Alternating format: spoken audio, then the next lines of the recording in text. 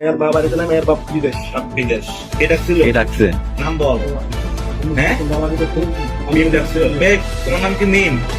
ঠিক আছে। বয়স মাত্র 13। যে বয়সে হাতে থাকার কথা ছিল খাতা কলম আর চোখে থাকার কথা ছিল সুন্দর ভবিষ্যৎ, সে বয়সে এক কিশোরী লিপ্ত হচ্ছে চরম অসামাজিক কর্মকাণ্ডে। মায়ের সচেতনতা আর প্রবাসী বাবার অনুপস্থিতির সুযোগে ঘরের ভিতরেই গড়ে তুলেছিল এক অন্ধকার জগৎ। ঘটনাটি ঘটেছে এক প্রবাসী বাবার বাড়িতে। মা যখনই বাবার বাড়িতে বেড়াতে যেতেন, তখনই ফাঁকা বাড়িতে দুই বোন মিলে রুমে নিয়ে আসতো বাহিরের ছেলেদের।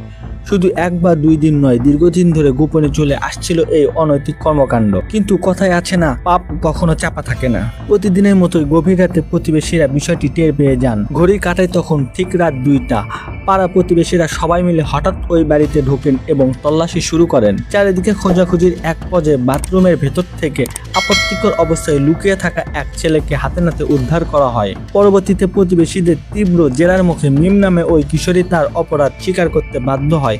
সে জানায় ছেলেটি প্রতিদিন রাত 1টার দিকে তাদের ঘরে আসতো এবং ভোর 4টার দিকে সবার চোখ ফাঁকি দিয়ে চুপি চুপি বের হয়ে যেত। আজ আমাদের সমাজ কোন দিকে যাচ্ছে?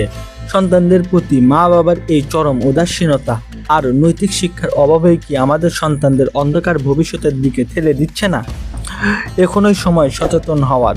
আপনার সন্তান কার সঙ্গে মিশছে, কার সঙ্গে কথা বলছে খোঁজ রাখুন। সচেতনতাই পারে আমাদের সমাজকে এই অবক্ষয় থেকে রক্ষা করতে।